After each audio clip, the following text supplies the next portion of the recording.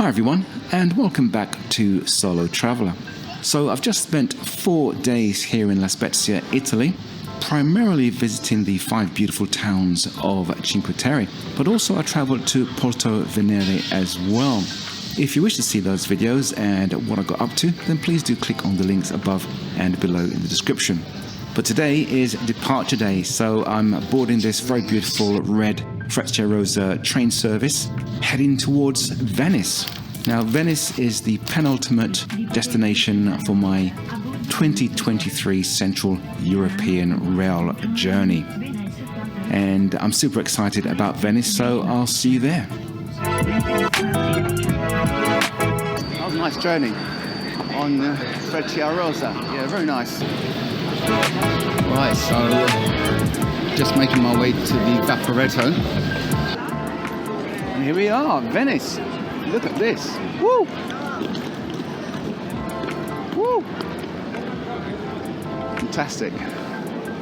Alright, so upon leaving the station, first thing you need to do is get yourself a ticket for the Venice Vaporetto service. Cost €9.50. Now do bear in mind that Venice is a very busy city. Each year, upwards of 30 million visitors actually come here. Alright, so the Vaporettos can actually come in full and leave full. Now I had to wait for a few Vaporettos to come and go before I boarded mine.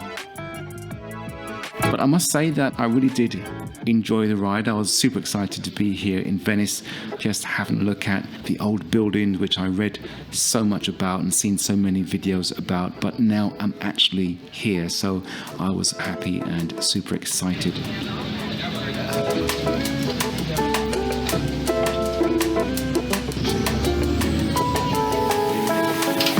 So the stop I was going to is the Rialto Bridge stop, which puts you off at San Marco.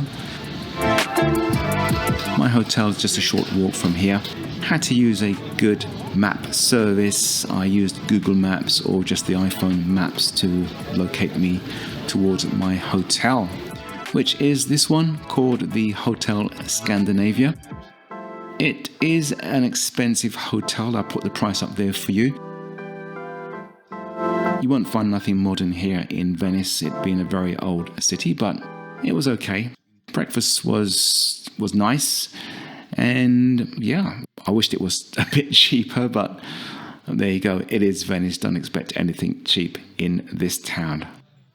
Nice little view, and also it was very central as well. Once you came out of this hotel, you were right there in the square. Alright, so it's heading towards evening time, and I've got myself a map from the hotel, just marking out some of the food joints nearby. Now, it's a good time to have a look at the gondola boat service. You can see there during the daytime it's €80, but it goes up to a whopping €100 after 7 p.m. for a 35-minute night tour. Now, do choose your gondola carefully. Do make sure the gondolier looks the part. Okay, that's the one driving the gondola, and the gondola itself, make sure it just looks nice, black and shiny, just so that you can, look back with pride on those home videos. So I'm just walking down this narrow street and just checking out some of the shops. So lots of souvenir shops here with memorable items to bring home. Of course, masks and luxury items here in Venice as well as brand names such as Bulgari and Chimichu.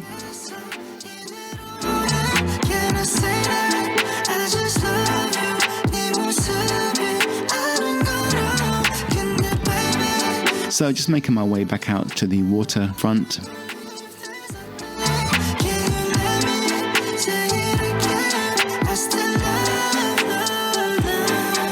It's a lovely time to be strolling about in Venice. As the sun is going down, it's a great time for photography and just really for relaxing and taking in what Venice has to offer. I'm honestly feeling like I'm so lost. Someone tell me what I need to do to make this feel right. I just want you. Right, so the following day, I decided to get off the beaten path and discover what the back of Venice has to offer. Hidden restaurants. Could even be cheaper. And it was just nice seeing Venice as it stands alone. No one on the streets, hardly, almost deserted. Just taking in this historical city and its culture, walking along the sides of the canals. And it's just much quieter. It just feels so much more peaceful just being here at the back. And don't worry about getting lost. Just get yourself lost in Venice, really, and you'll end up back on somewhere that's popular. So don't worry about finding your way back. You'll find your way back to where all the tourists are. Okay. Now, interestingly, 1 in 2 families here in Venice own a boat, either for pleasure or for work. Anyone can sail on the canals up to a boat of 10 horsepower, and that will give you 16 miles per hour, 14 knots, 16 to 20 miles an hour. Okay, after that you'll need a nautical license. Graffiti has made its way into Venice, not surprisingly. It's just about everywhere in Europe. It's nice to see the kids playing football there at the back. You won't get this at the front. You see, this is what I'm saying, to just break off the tourist path and have a look at the back.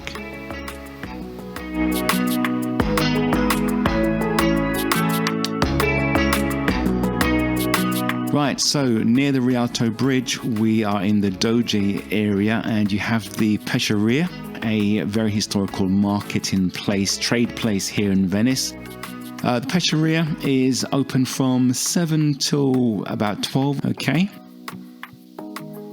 So if you want to get some produce, come early in the morning, like the seagulls do. And also the fruit and veg as well, dating back to the 8th century here. You can get your fresh produce. Not on Sundays though. The Rialto market is closed on the Sundays. So, the Rialto Bridge. Now this bridge surprised me. It's very wide and it's got shops either side. This bridge dates back to 1951 actually, built by Antonio da Ponte. Or da Ponte, I'm not sure how that's pronounced, but you get spectacular views from here. Really great for photography.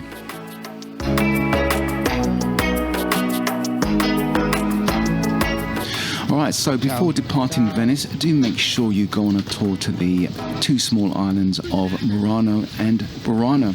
Now, I booked this tour through Get Your Guide, but you don't have to. You can easily get the water taxi, water bus lines 41, 42, DM and LN, which will bring you right there.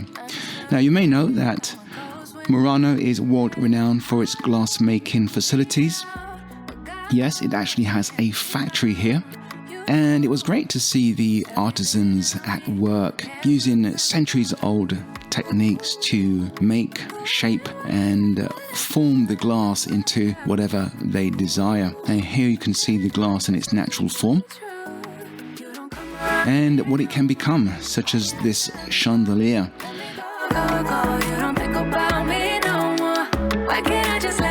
Now, although glassmaking has taken place in Murano for centuries, it's still, to this day, the island's principal industry. And for this reason, many tourists will be asked to visit one of the glass museums right here on the island. Outside of the factory, in Murano itself, well, there's not really much to do. I did actually find myself just walking around, wandering along the sidewalks. Besides, I couldn't really stray too far as our boat would soon be departing for Burano.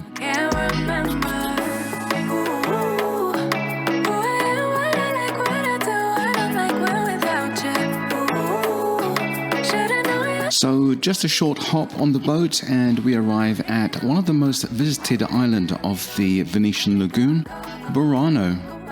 Home to some 4,000 residents, the main attraction here, as you can see, is the brightly coloured houses.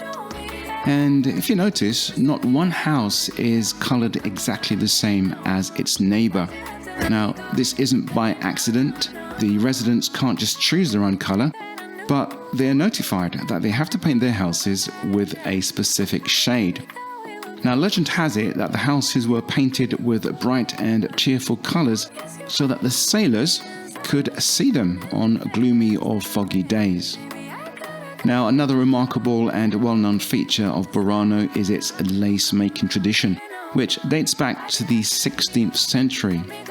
The island is known as the Island of Lace. Interestingly, each of the artisan lace makers have their own type of stitching that they specialize in. So one garment, for example, is never made by one person. They would complete their stitch and pass the item around until it was completed. Now, as we were on a tour, the visit to the island wasn't rushed, but it was quite brief in that you only had time to walk around after visiting the lace making factories and then walk around a little, and then I had to make sure that I lingered near the boat so that I wasn't left behind. So from that aspect, I would say that touring Murano and Burano on your own, that is without being on an organized tour, has its particular advantages in that you could have yourself a meal in one of the restaurants here in Burano and have more of a leisurely stroll around. You could even wait till sunset and see just how the sun hits those colors on the houses. Now, visiting Murano and Burano, I would say just factor in an afternoon. That should cover it. But if you want to actually extend your visits to the Venetian lagoons or the islands in the Venetian lagoon, then you could just hop over to Torcello and even Lido if you want to, and just basically head back after that. So that might encompass a whole day. But apart from that, you only need to schedule out half a day. Come and take a walk with me. Challenge your wildest dreams. No more fear.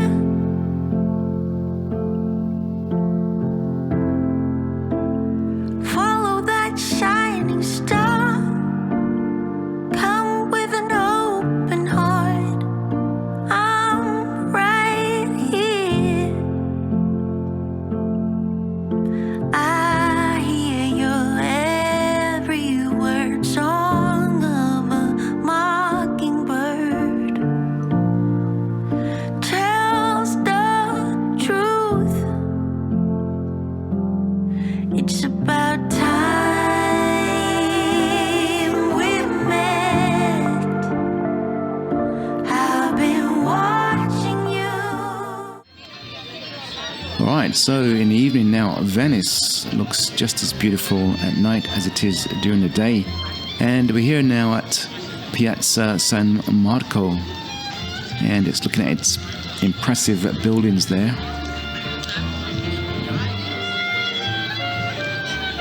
And we get treated to musicians playing every night.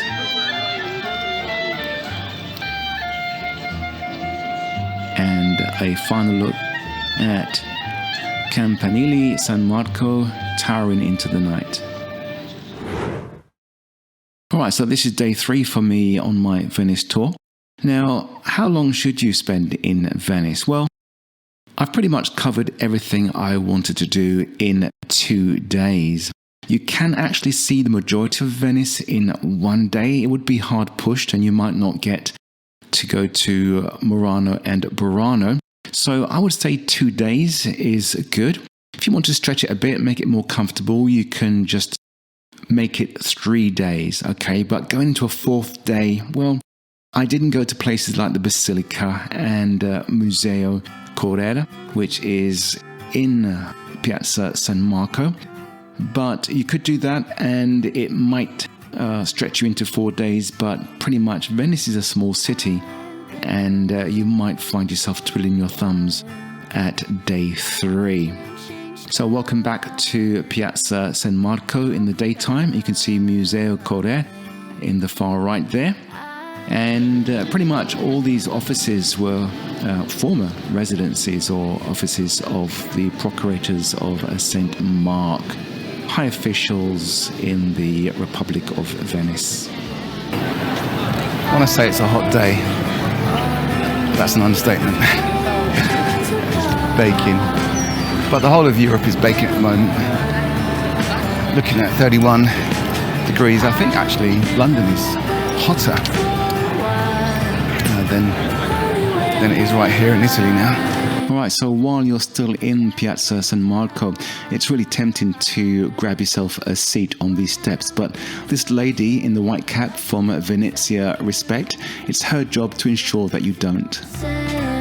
Alright, so I'm going to be heading towards the southeastern side of Venice, just swinging by the side wall of Doge's Palace with its Gothic style arcades on ground level. Right, now for all you big yacht fans out there, in front of us we can see a really lovely blue yacht called Arcadia, built by the famous shipping firm Royal Husman, launched in 2006. What a lovely yacht that is. Alright, so now this part of Venice is quite popular, although at the moment doesn't seem that busy, as it's just about 9:30 in the morning. But the street is called Via Garibaldi, okay, named after the famous Italian general Giuseppe Maria Garibaldi. Okay, so this street actually is packed with quite a lot of good things, really. It has it all: pharmacies, supermarkets, grocery stores, bakeries, fruit and veg stalls, although you can't see it at the moment, fish stalls, butchers, cafes, wine bars and restaurants, etc. So it's a real community down here, away from the hustle and bustle of main Venice. Now just right here you can see a monument dedicated to Giuseppe Garibaldi. Okay, so rapidly approaching the end of my tour in Venice, I move on to two destinations. I thought it was the last one, but it's not. I'm heading towards Munich, well, Austria first, and then Munich. If you like the video, please do give it a thumbs up, and also do consider subscribing to the channel as well. And I'll see you all in the next one. Bye for now.